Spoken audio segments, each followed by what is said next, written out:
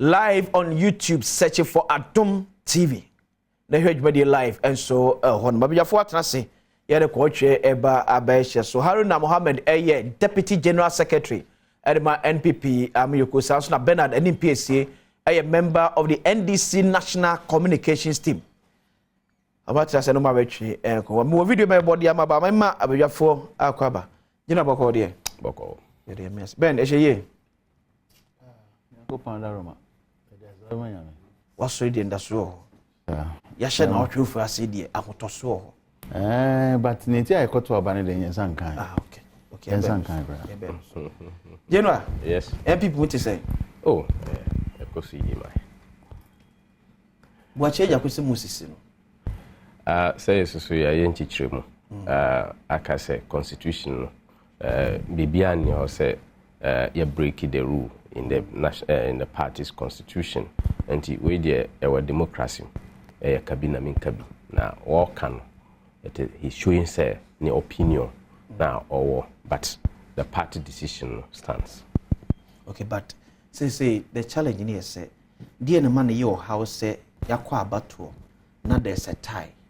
Near say you select a few number from the majority of numbers now a bet to abana and I could decide on the because constitution no ewa lacuna okay in article 10 article 1319 okay and chair say yakobotaya see never because tie no kra na emum yeah omo constitution no in the spirit and letter of them no omo to me who say tie ba e bitimi ayesi okay and constitution e ka say yenko na yenko yi 5 contestants ya call you no yeah 6 contestants 6 contestants no yeah the 6 no kwa e be break the law okay in article 1319 of our party's constitution now committee for the elections no a reporting my national council on the 30th no okay now yeah article 10(3)(1) now issue me say the national council has the power for the well-being of the party no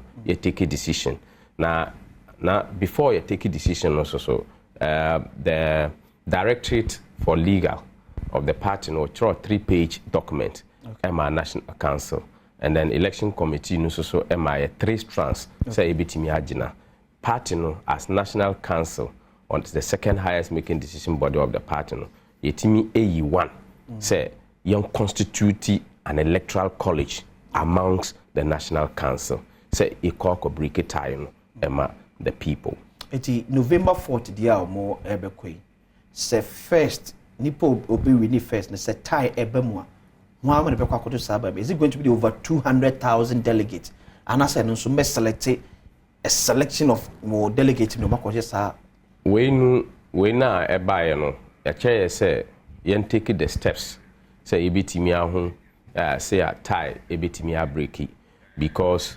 the elections committee no na nka say omo be ye rules no na sa particular rules no nka say embra national council for ratification okay and timi amba but afi dia ye ko share no say the time no e buy no say national council will take a decision okay. Say on the 4th of November tie ba the way ebitimi break is a particular time no but precedence e wo ho on the rule of 2007 eba say Nana Addo Dankwa Akufo-Addo anya the required number say oye flag bearer no na ye rerun of the people are omoye vote no international council be take a decision okay. On that particular matter okay. We know eba say ye special delegates special one no national council seizes the power to make the decision okay. But national council is the body say regulated the elections of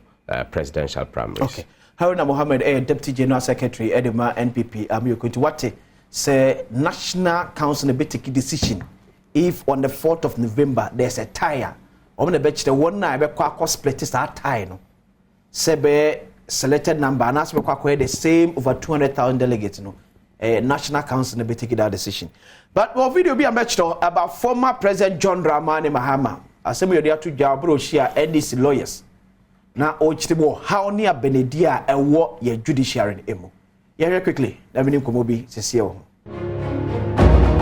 John Dramani Mahama, I don't know. a reality and a figment of imagination.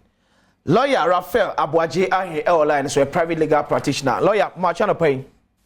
I'm a chair with you for new Abidjan for Sina. Yeah, that's what Jibre and Eba Betri and Kumone Anope. As someone former President John Dramani Mama Eken. A year bona or bonnet trimu akan bibi. And as a son at ye, oh, Yatemu, Edmoquini. Minia Medasi. Na Asemia, Yemina Mampany Dada, Excellency John Dramani Mahama Eken. Me Tien in Seminole. Many jay or shots, no baby or the free, no, say at him word Jumano, or see a shiny and such a woman. Now, the Anna may gain my margin would yet. Now, can make gains or car to see to say, I was set ye and such a now that you are bare for quine so an MSC column, not said you judiciary, no, attending the Jumano, and Yama aqua so she'll show no one. Nan so no, Ninka any berry, no. Febio, many na many so and agony. Okay. Or can it come up? 80 Supi, study a map on 1992 Constitution, SCNO. Article 127, no. Let's say, judiciary, no, or more a cobia, and I say a binding a cobia, attending the Jumano, almost show be asked, almost your moment. A dear. A bit much judiciary said there be way 1 year a map on and Kwan. Now, if I say, I buy money at Dinano, or Munina also a mobile judiciary, no. Now, judiciary, Jumano, it's me a tumpon, that costs 1. And what kind of a fair executive, no, also with me bois, that judiciary, no, Nenim Benyama, a Benyama Ghana, any. We are seeing any Afan and who's Ampa, Oba Ghana, crown out the sticker the schedule. You and ya what to seek a go. Nansono say or they quite Vienna or Coca say Omoba, Yamia Adom, then Uncle Shaso, not the NDC to me. Now Omoba Bema. I was a lawyer for a minianum and 40 million Kumai, 8 million pepper, say Omoba bench, no sono, Aqua for 7, Minia, a 100 years, said you, Mene, Yaman Penia, or Chem Ayagina, and ye. Are they?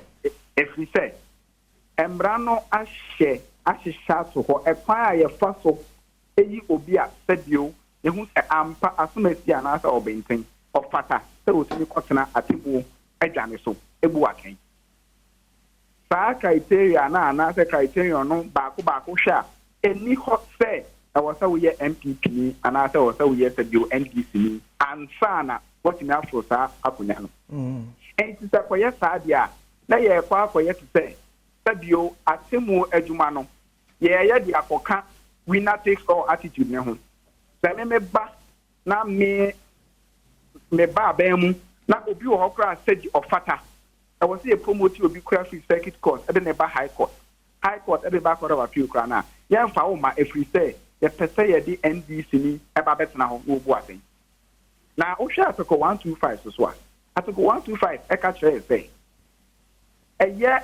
atemu adwuma atemu efriye Ghana fom now so ye dia judiciary in nsa so omo and omo hwe free say ye nyina ye ntimi nko hia se de tete Greece na omo ye no ye nyina ntimi nko hia no and ye pan ko for so omo nkotena parliament 275 na omo hye mramaye sa pepepe na emrapon so no e de criteria atwo say mo hwehwem na mo nsonim enti we lawyer no di 3 years at the bar Emrani say, ye wo and Kinyama obetimi afem and social interviews na obeko. Uvia obetimi abe district court judge. 5 years circuit court judge, 10 years high court. Insisha no ho. Enimu pesa bio we NDC ni and we MPP. But eti lawyer can also be say e bi ono so free say ne party for say no work no. When him say emu bi adwuma mo ye as lawyers no.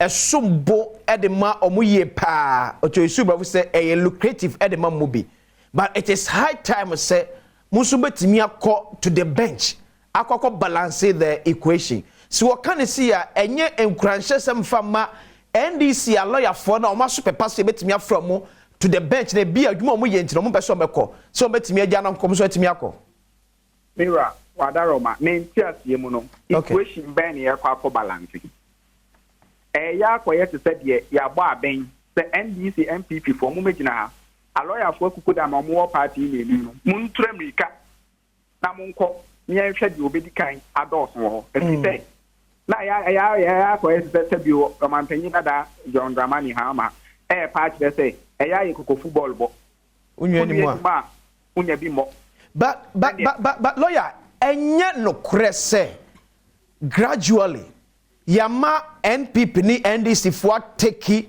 yen court no enu ti de bi e former president ma agina na so work say obetimi accounting about 80 judges so me ye ebi ye affiliated to the MPP ya call you to the bench minia se omampanyin dada eka sa asemi a me ba cho sabio ayo no na adwenkyere eti enya no kre say ye MPP judges and NDC judges say ye MPP judges ye NDC judges na omampanyin dada ehunu say ni power asumasi on fata se okogina atemu adwane so a ya hihye procedure e wo ho a ubetimi akoyi wo ho ano akoka say asumasi ana obenten ni suban ABCD ntino sebio on fata so be kwakot na atemu da bi lawyer say the on can about the person's qualification and one can about the works of the person but o see minim say akwasinsin a worker say ana lawyer Rafael ya worker say were tilted to this political party. It has nothing to do with ABA and the qualification so the panel qualifying to the now and all bench or in the juma but actually panel affiliation and I'm saying to no shady panel baby na man yourself no ADD at the echo it say if you do what you are practicing as lawyer or your memo opeso catch say nya no kwase wo ajaji phobia or mo tilted towards MPP ebi so mo tilted towards NDC ana minia so ajaji fo ya decision o mo make ni adi no ma me fa nwura mu kakra civil procedure aspect no okay ya na emra me Fred ni fameda masu ya da so ajibrani atwe enkomo lawyer pena mo te say no entwe enkomo ben ma me sha say since it's coming from a flag bearer at na eba yo akasi me da asesi pushi ne eni obi am na kwhye ho asade ne hyɛ dan ni ho but ye for so mie na tipo am na kwese still kwa so tibi wure akasi me da na me fa kwanya so na me nchia wahwefo yes ani atiefo na me mama ba so say mama omampanyin Mahama na no disem no abetogwa ebo ma baso asakwan so ma me fa kwanye so na minhia mampanyin Mahama nyuma papa obeye between 2009 okay as vice president akopem 2013 or assume presidency na ni nyuma oyeye no emso bia edi dance say what the to ne ekoso ne dey hu a okay nanka yenyanya anka na omampanyin Mahama timi dwie na adwuma no ye pepepe was prempren yi kamia ese sika sem de ebe hia be ye mfe eduni achi ansakra na yakodu bebi omampanyin Mahama de Ghana edu ya ojama abanga wotisi na nakufado ni Dr. Badwam Abang because wankasa wan sema oko IMF projection on aye bebi on set one target akodu no enya de a enani chine obetime de Ghana akodu bebi a ne ye wo in 2016 under President Mahama bebi yemo omampanyin Mahama sema okan no ohwa me no machichem be ahore biesa okay that's na okan lawyer nan komo ano ni nidi no ofi asi bedo bebi no na tse na odi kankan yan aso pese opia bibi ko hye bebi mampanyin Mahama ne NDC lawyer fu bia won akohia na wosusu oman no nsem ne se na won so wonyuma besi akoso afa no wode aboa oman Ghana yampuntu na okan bibi about appointments appointment na okan no number no eye BBS ye kan ho asem okay number no akosoro maybe ametimi akoka ho asem eye Maybe this is Supreme Court. Okay. Bra record no. And I obetna so no appointee judges bear no pay. John Mahama. Yes, judges bear no pay to Supreme Court. The Supreme Court. Exactly. Okay. What the beto? Nana go for do one. We appoint as many as 15 judges to the Supreme Court. Exactly. Mrano entia because ye nsili per the constitution. Okay. Nti ne binom I can say yen say nyame ya adom ne nya kwan say be amend the constitution na. Yen say be reduce president ne tumia. Okay. Constitution na ye operating dey e dey ama no. Because judiciary no a revered institution and say ye toto na se. Asumdwe beba ebusuantem asumdwe beba oyere ne okununtem asumdwe beba ebusuantem abusua beba kro ni kro just a bibia dia asumdwe beba Ghana ha no yentimi judiciary infim. Okay. Chance say ye toto on ase na on ntimi ansebo purpose ntia constitution e do on by na Ghana be down to say jungle. Okay. Ebe ye turf for the battle for the fittest. Okay. The more mo den when I be survival ho nye den ade bia no ye vulnerable. It is here say na constitution e kan no a chire pefe say one e be hwe per ye and ntemu aso de ama omanyi corruption e be say tuasi say judiciary no yan hwe ni antoto akwan ya e be do be no amanfo be lusu trust wo mutu de tumi ne be hwe won awon sem ne obokrom ni say me gba kosi na ahia say me say de oya me hu ni panti enkosi hwe okay ya hu ni sunsanso kakra eye currently with to name be ekoso ho a nti ehia say esese ye hwe say ye betimi a page science institution no na etimi agina ne nanso number no ye baako na to so bia ye say obi anim say no di kankan ye say we ye lawyer ni a lucrative in terms of say amount for highway services na dia o charge o wunya sika before I be call honum kwan be with former President Mahama appointing Nipa 2 was it because that was the vacancies available at that time and Akufo-Addo appointing Nipa 15 to Supreme Court now and also comes to the case as a result of vacancies Abba Entia former President Mahama time a judge forced on Supreme Court to call retirement young fairly other than Akufo-Addo a judge forced on Supreme Court to call retirement president no fairly over the years before na Akufo-Addo mrano na ye ni judicial judges at Supreme Court awobro 11 to back. Okay. Fiti President Rawlings Abreso, President Kufu Abreso, Bapim President Mahama.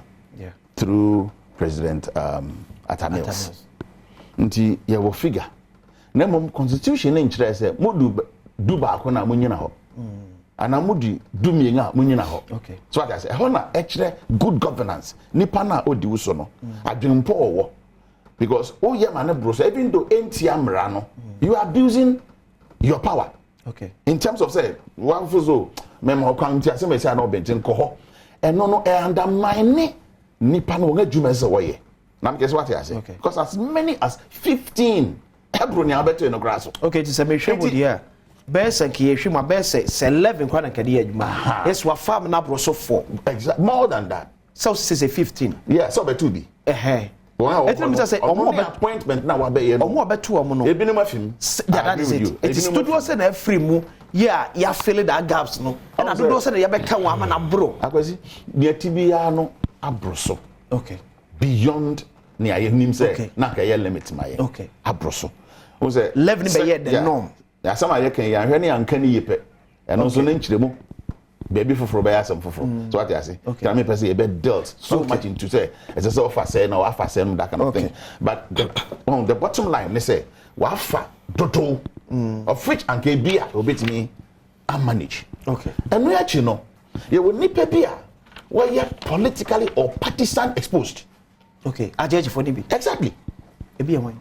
Oh, me modding but appointee I think High Court judge bia. Now we contested war. I think a place in the voter regime. Yeah. As parliamentary candidate.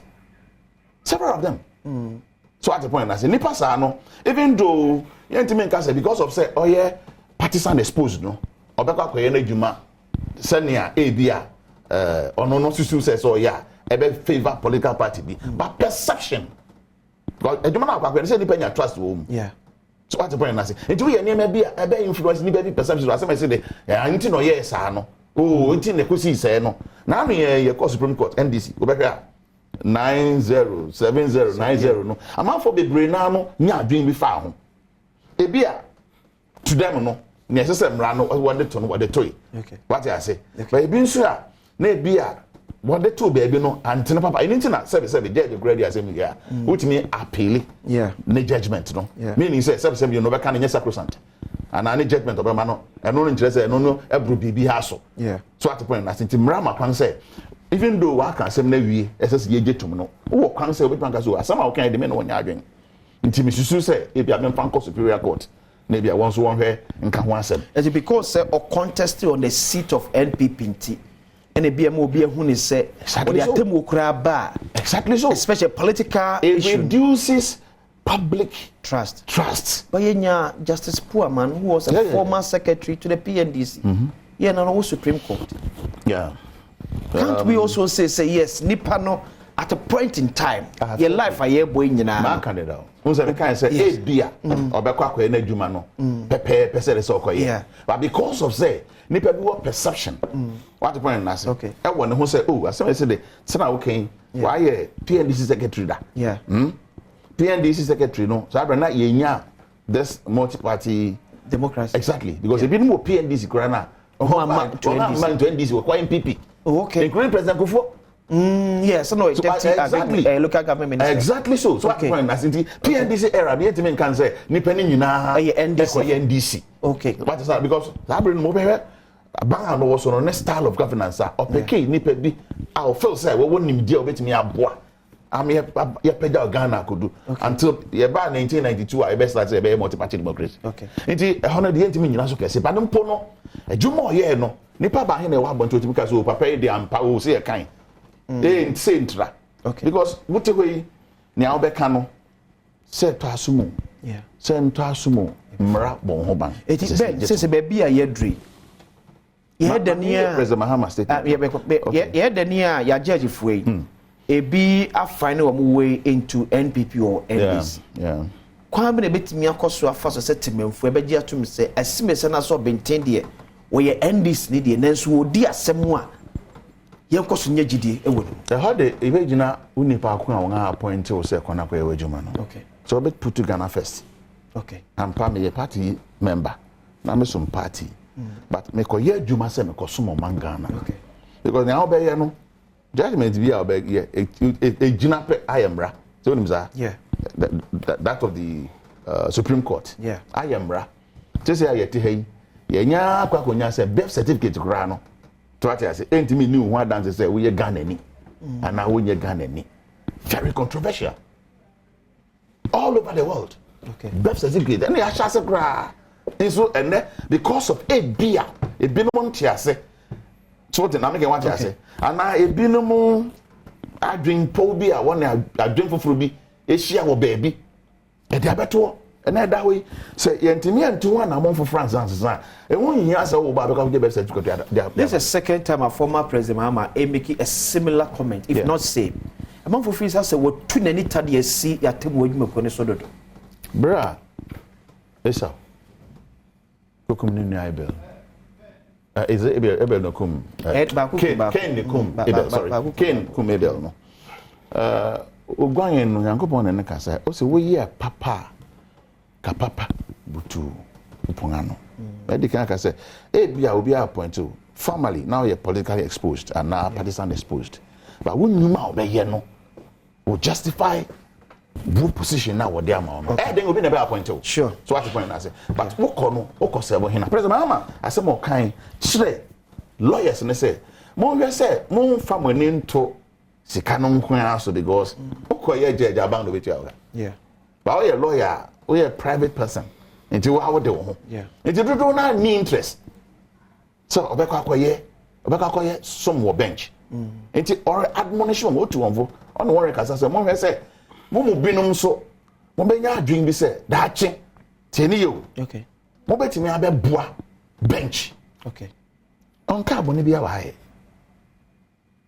on cam from on carbon bi awaye so pen e working say NDC lawyers ni fo bi ene na adwen ko benkrom na 2025 wojetum say wo bencha it means say Mampenda da Mahama so bokwa add up to already bloated numbers na wo if we accept as a man say you bloated there if currently see I accept say bloated there per your words and the President Mahama beboa say betime to one among na ya minimize because it be call retirement take it or leave it. It be called retirement.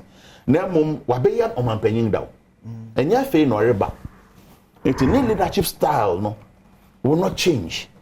So that's now so from 4 years we appointed 2 Supreme Court judges. 2 then open. It where be then the man add up to number nankasa so abontan wa criticize because some of us or person square or balance equation go out. So now dream say you bloated as you say. So now dream say pay your way to you bloated e be kwa bontenga and e be retire obe exercise discretion. Say be on appointed nko nanim because why you be that that's why I can say papa na okasa no wa be di mampanyin da. Enti otine ma bebre say ayen ayete abonten e be kwa yante ase. O wonim de wa memu ne ho. Enti no no akasa ade de enyi no say yeah no go yeah near a chance also now operation class yes but medical just never so no in 4 years 2 appointments for the Supreme Court enti enya dia obeye manatra na prempren say na obisa lawyer no e ho na otwesan wantimi an ma bondem say ampa say eye bloated and but me genetum because oye lawyer ni and one no enko ba say lawyer ni be ba bondem abeka say tia bench. Let me guess what I say. Idea intense. You know, I will grant him. Nemum yenyentum say baby a one I was so. And yet that alone. Me limited me the two Supreme Court. Exactly because lower courts now. A lot of them, but may not have the number to argue about. But them yenyentum say I don't see the brave. 2 was also politically exposed that. Obey na djuma yo but amanfo no trust ayebenya na madjuma na wo ya amman no Bernard NPSA a member of the NDC National Communications Team. Happy birthday Nkoma Francis Oti Frimpong Director our National Health Insurance Authority Head Office we fro yire Mrs Georgina Oti Frimpong so we wish you all the best nyakupo nhira no nyo kese kopin so be kese expect a surprise today. General Mohammed Haruna, Deputy General Secretary, the New Patriotic Party. Yes, the only party that says the peace for democracy in Africa. Development in freedom. Freedom, yes, sure. Anyone samran? Sure. That's our motto. Former President John Dramani Mahama. Now small canon. Say bit me ayehu bibi. The Edikai, maybe chia my co-panelist Ben. Any Omo Mutie, and I say Omo Mushe Adom TV. A yami yes, me chino. Say a kami pesemin kasano econo, mintimin cause a particular speed, no, but ne tino, mubit me at Dr. Mubit na umbet me out in sama me pesemin cano. Ayana Cresse Ben aka se Bibia Eura Omampenyinda da ejai the economy of Ghana no enye the same because ojai the growth of the economy at 3.4%. Even the first quarter of 2023 no growth no 4.2. So clearly enye the same. The MPP the better managers of the economy. In this country. I just want to prove that point. Say, na me be kosono me pese me mbo na na danko Akufo-Addo nema dodo a oye e wosrem ye airport a otimi eba be ye amaye any the heart village no ebua pa ebe bie the stream ama the international world in terms of the international airport a oye maye uhwe nsama former President John Dramani Mahama ekaye no mimi die enyame nwanwa because uko kan my first coup d'etat Ochoye on book, the 314th page book. No, John Mahama concluded here, concluding remark or said, all the decisions I have made in my life were regularly plagued with doubt. It can't be challenging to sustain that feeling of hope or the belief that things will turn around for the best. Again and again, I have felt like that boy Dramani on the bicycle going down fast without any brakes and not knowing which way to turn. Yewura John Dramani Mahama Eka in my first coup d'etat, 314-page book. Enti oba bontin abakase ya enyame nwanwa because okasa no onni breaks, because as a statesman okasa no and it doesn't sit for a statesman. Or a president that, or a former president of the Republic of Ghana. Now, or you're the head of the executive. Judiciary no muye juma. Na ubetimi abisa ho na oye president no sa adwenu no wana. Na oppressor oba be ye president no subio no. Na agenda no say oba as president. Oba pack the courts of Ghana with NDC people. Okay. We a question and statement. Yes, a question. Okay. A question. Okay. Now do you know? Okay. Because or pre-say or by president, you know, one of his biggest achievements now obey and say oba pack the courts of Ghana with NDC for. Okay.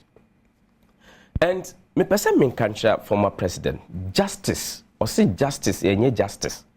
Justice is not a commodity in the market.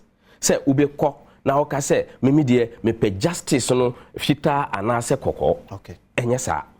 Justice is earned in the law court based on factual arguments. And the uka say justice ni ho. It is an affront, an insult. Say Emma the judiciary in this country. Na oye former president no na wo ti akonja no so no na who supervise and superintend over these services no. You do know who say ubetimi aka say there was justice system under you. Sanoka oka say the judiciary has become partisan. Very unfortunate. Very, very unfortunate. Very, very unfortunate. Say former president, a statesman. Ekasasi mimi die me sra ben NDC for omonye some stream of communication any advices because why be that. Okay. That is not so. Ofri aban no ansisa, it is the same judiciary. Wasi ewo unfair rulings. Jomorona mukoye na mukonye good rulings no. Na mo jubilate more president court. Court 2020 or ka say court 2020 na a petition no na 9050 dia na odi case a court without fact, without result. Na judges no na omonka say we are right. Go to court with factual evidence. Go to court based on law. Unko court based on emotions. Say uko catch the nipa say mimi dia ma winning elections. Me court no ma winning nti court no emfa mame because mimi dia me ni resource. And yes sir. And as a former president, me I respect him so much. I respect him as former president because me pressure me so me bit me adru baby a odru ye no. But me kasa no o man no bafu because before I obe kasa no on share the replications of the kasa or kasa. Or see only the oba one year clearing agent. Ukai Brazil. Afri eden na owo o yinu every sa ministry no eba presidency ebeti ho. Ukai Pampers o ye den no see on year clearing agent. Mutaka. Sports ministry omokoto ayoyo. Any DND in Brazil. Omokoto nema basa. Okay. Why then? Somebody else should be talking to us that way, not former President John Dramani Mahama. Or say money under bed. Okay, maybe. Money under bed. Okay, Mr. You corn, but about this same year judges. I quite remember say the National Security Minister, Honorable Abed Kandapa, ever can say the real court ruling court defan. Yen ye as on mine. Do not NPP as a political party, so then drink or sergeant. But Union say maybe and now what power until office say BBS simile is okay. But there's a challenge be in instance on mine near one yen is how. And yet because me were power. Okay. But I'm speaking to fact. Okay. Any law. Okay. As part of the formative process of the new patriotic party, rule of law is very key. Sure. And the law no any mrano juma. Na mrana ye juma no yesua. I agree with him in partly say NDC forces so almost law no. Omu juma with the law. But Ubeka say MPP Nana Dankwa attack the court with about 80%. 80. Yeah. Uba ususu ube pack. Enti on cancer oba pack because oka say omususu omumpre oba pack omo because opese onye balance. Ube ye balance no say na obetimi aye. Pack a obetimi balance. Pack a obetimi balance. It's would you say a one-sided? Yeah, was see oba balance, oba then oba pack. Okay, but one in the yard they say also a balance. Me because the court is not a political platform. So we be no offend balance or court. No, because court is the balance of court is the rule of law. And you know, cross here, what judges be or more tilted towards NDC, NPP. We need a particular judge. Oh yeah, there is no such judge. Court 2012-2013 petition. Okay. 80% judges are no multi case no was appointed under President Kufuor. But what was the ruling? It took just 1 minute to dismiss a petition that was factually grounded under the delivery of His Excellency the Vice President of the Republic. Can it be say be announcing a 5-4? As against 7-0 in 2020. And that tells you, say, 2020. That tells you, say, justice is earned. Justice is not bought. And I just say, could it also be say no, okay, say majority of the judges that now 2013 election petition is on. Do one man penda da ko for the power. And until they make we no enum ebuti I say enye no kre. Na ennan ebuti I say enye no kre. Asema ko for the but it do 2021 Is it because na Kufuor the judges or the court no bro so chance na NDC for winning and ma ko 7-0 na na o de ogidi say obi a oba court na only resource or see we winning elections only resource we judge a obetimi a rule ama no okay and so obi a o see we winning resource DJ embo no nyum oba court DJ boy nyum obi a ye kan figures abom no yembo nyum embo nyum because we winning Oba court without resource. Na judge on tenasi and kase na win on what basis? Sane Pekrona dane abaye the national chairman of the NDC. Or kase obi winning 2024 elections. Enti mi so. We die enye kantanka ejuma. Anase agro juma. Okay. Juma ewoma the real politicians or more vision and the strategy to make it. And the appointments are Nana Danko a year, you know. Okay. Why na Baba Bontin about country say it is unlawful? Also on can law. Yes, so it is not unlawful. It is lawful. It was also embremo de a year. Yes, so but the affiliation by and no. There is no judge. Yeah. That is an insult and affront to justice system in Ghana. And the one thing say, somehow can and yet it doesn't stand in for a statesman like him. He's a very fine gentleman. He should stop talking with desperation. Desperation or desperation because we hear power. Desperation. Move to mame, meba pack munina agu the justice system in Ghana. Because me here say me a balance. this is the kind of man say or pese yam vote no as president. Ghanaians mutie unjwe ho.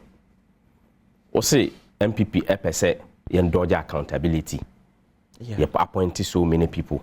Enti what dream say we be pack we be balance no we be dodge accountability ana ejumba ba important na we pese we be ye na we pese we pack the cost of Ghana ajumboni e wani tree. Hey, no, this is serious. Yes.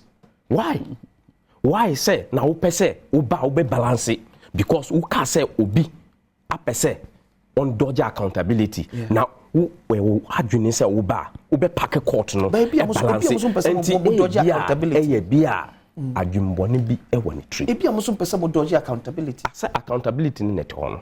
We have not shred on any. Say accountability should overrule over us.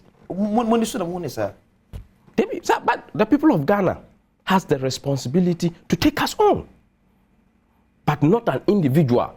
What say, what your desperation say, obey the president of the Republic of Ghana, Biom, ebe kase, mebe sisa, na ma packing nipa bebre, akogu the justice system because somebody I use this particular system, no, I dodge accountability. Ube dodge accountability, ana. Former President Mahama? Maybe so. No. Okay. So on so be balance system. Obedoja accountability. After so we ni kura odi 4 years ni we are. Obedoja accountability ana because sa no mo di dodge accountability. Na also so opeso on yes sir obedoja accountability ana. How na me that say. Na me ka bibi was say money under bed. So what you know? Oka money under bed. Okay, the first time you money under bed was under Obeda Samoa. Under the NDC. Yes, was under the NDC. Obeda Samoa in the Akofridua conference. Maybe omo with horse whips no. Francis Essien busy in cool. Na Oba say Oka say money under bed. Ono die na breso and yes. You say one time. Obed. Asamoa. NDC time. Okay. Brea omo ko. Na Mahama ye there. Or your MP. No your MP. Yes. Okay. No NDC under NDC. But no kubeti now or see NDC. As a member of parliament. Now or your NDC. No your NDC. Na kono beti me there ho. National chairman of the NDC. Or see under NDC. Yes sir. It ono say and on regime. Obi enu obepenam wa pakisi kade a share empase. But under ono regime. Okay, ono regime. Okay. Okujeto. Okay. Phyllis Kwachi. Oh yeah then. Oh yeah, $3 million. Ekokto houses. One say. Na ska eyira na ka. One can say. Under na would you go. One kind. There. Say Phyllis Kwachi the $3 billion akoto fie. Say JJ Rollis, the founder. The first said the founder. Yes, the founder. The first one founder just say no credit. Because it is the founder of the NDC. The first one founder didn't just say no can no credit. But he's the founder. But I don't just want him be here. Now we are founder of the NDC. But I don't just say no can the crocodile comes from the water to tell you that under the water, this is what is happening. Now, Oka say, "Enyano kre." Ebi no be nyaman so na say. No. And I refer. Or your founder. Yeah, any founder. I na na kwa say because I na na kwa say because say a founder wa person me katasu, but who be some say why na kai. Oh yes, person. A founder of the NDC. Just say founder of NDC no. Law so no cast ma mo be and dispute na. So Oka say former president JJ Rollis or Chontrana. Men kasa. Enti. And I mean, can say betimi so agina timi not to me betimi agina because or a respected member or no founded the NDC with his own blood. It will say for the wicked betimi agina to. Or say we agizika. Okay. Do say. Okay. Akotonai. We amasika eyira na kan we nya any with yes. The 25,000 is ayira. But Felix there na under him. Yes. They know Okay. He can't be trusted. Jomama? No. How? He can't be trusted. Wouldn't him know as because only any free esteem bent na only ni say as a person in leadership na only ni say carefully study John Mahama, the commentary and the actions no. He can be straightforward. And reading from his own book, My First Coup d'etat, he can't take a decision. Won't take decisions. They are flouted with doubt. Ben. Akwesi, me da se na Many I can say Bohana, on Ankasawa contradicting him. I was say. Back when he said, Oman Penya Kufuado performance, no, a Papa Chen, yes, President Mahama. Okay, GDP as him. Yeah. So under President Mahama 2016, the GDP growth was about 4.7. Yeah. Good. And AI projected GDP growth for this year. Yeah. 1.7. 4.7 growth and a 1.7 growth. No, because we see baby, I'm so free. Yes. And baby, I'm going see. Baby, no. Let me correct it. Hold on. No. Also, person correct. Yes. Okay, then I person correct. In 2016, okay, you left the economy at 3.4. Okay. Current first quarter.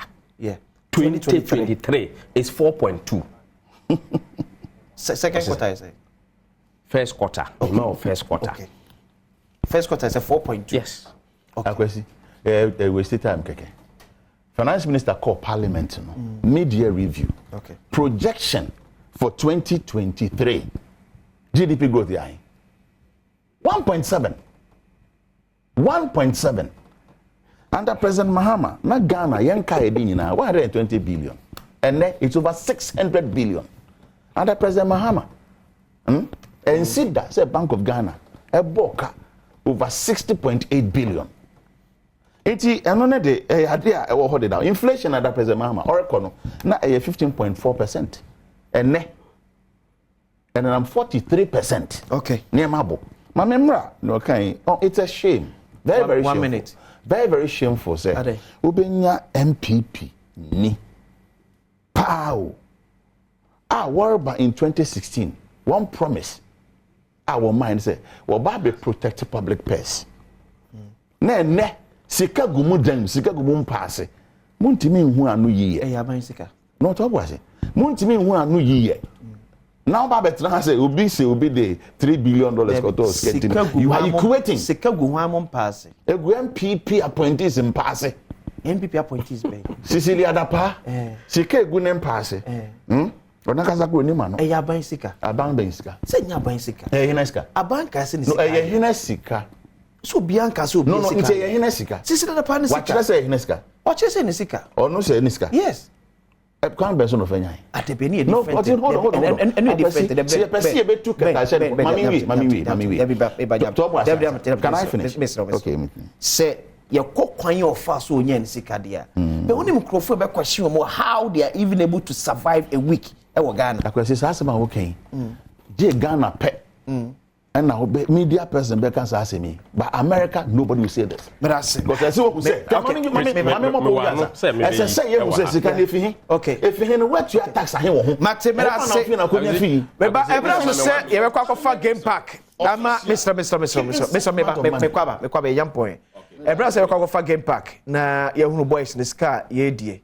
Ye dey need that so nyina enie. 4 numbers and drop in na pay. Game park. Warinia Yamatinkwa, Warinia, Area 12 or Emirates 6, and so a war a honum.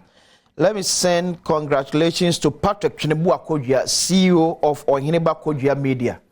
One Oyere Reta Edu, and now Mrs. Reta Ohineba Kodia. Wish you all the best in your marriage. Yamishamo, my warrior, and you're from Intimo, da. So once again, happy. Wedding anniversary to you, Mr. and Mrs. Ohineba Kodia.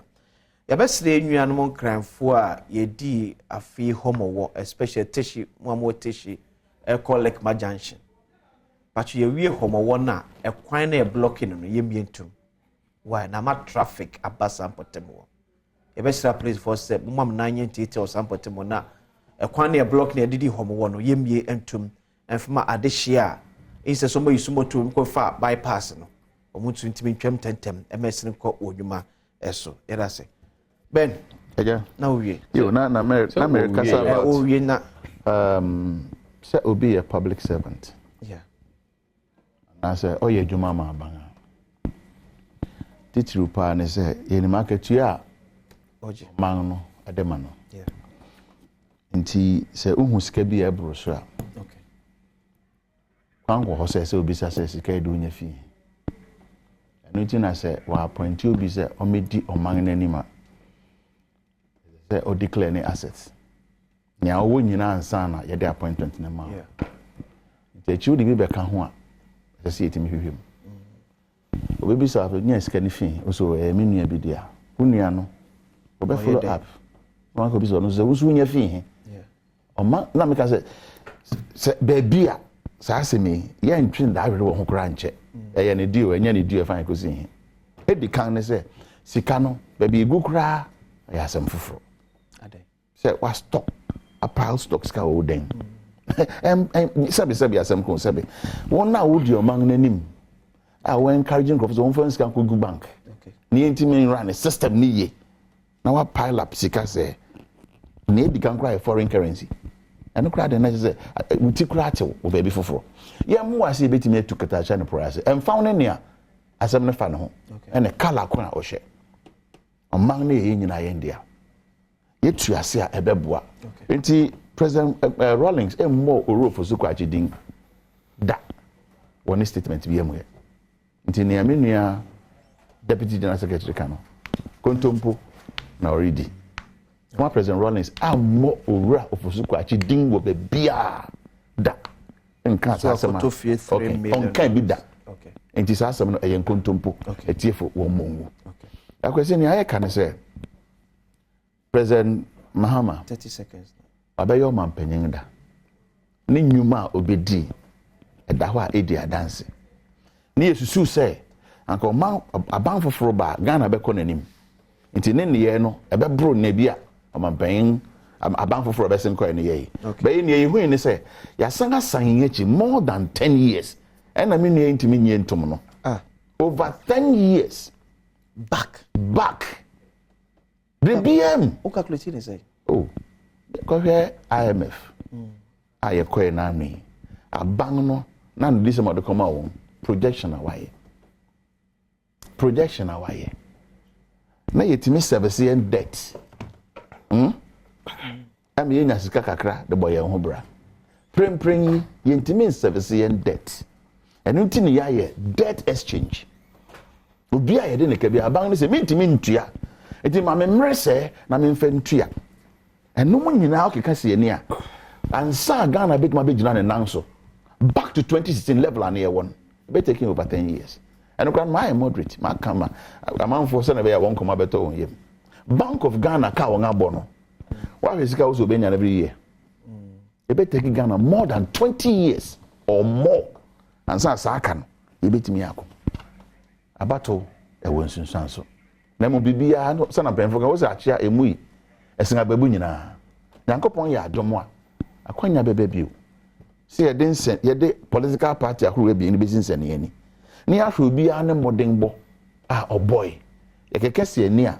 me jedi se Ghana fo nyina anim me hu se President Mahama modern obeboy no esombo me no ebo Tamale Airport no opia koma President Akufo-Addo zo no be ye oye modern President Akufo-Addo phase 1 phase 2 ne kuvi na no koyi na ahodin bi anim bi I am telling you because so kwesika okoje for phase 2 now we approve scan in 2016 I think November yes me nyama wadaroma nanka ayententema mayen enti obi anye ntumo da anya no kwa ya nanka wo de ahwe NI nso abie se registration ne se me da se no kwa de me bono Paris me wi ana me na ba enti Tamale interchange de Tamale airport de obi anim say President Mahama Tamale airport phase 2 asem na okay yes sir okay bra funding no we ko na ye wi a me pe we na ma o me the contract na kasa be ma o because it was for failed funding but what NI say what NI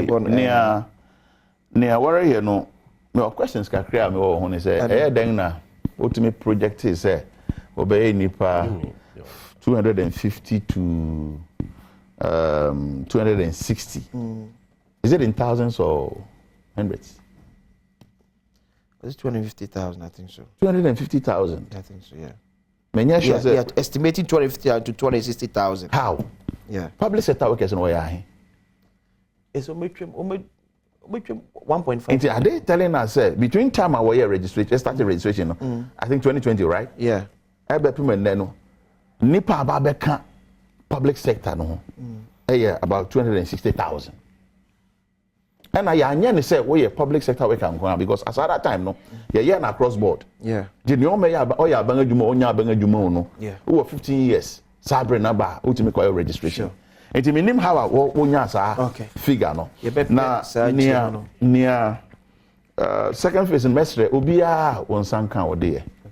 For modern so be kakwa raise. Na how kakra ye same district officer say obi so na mon kokoye.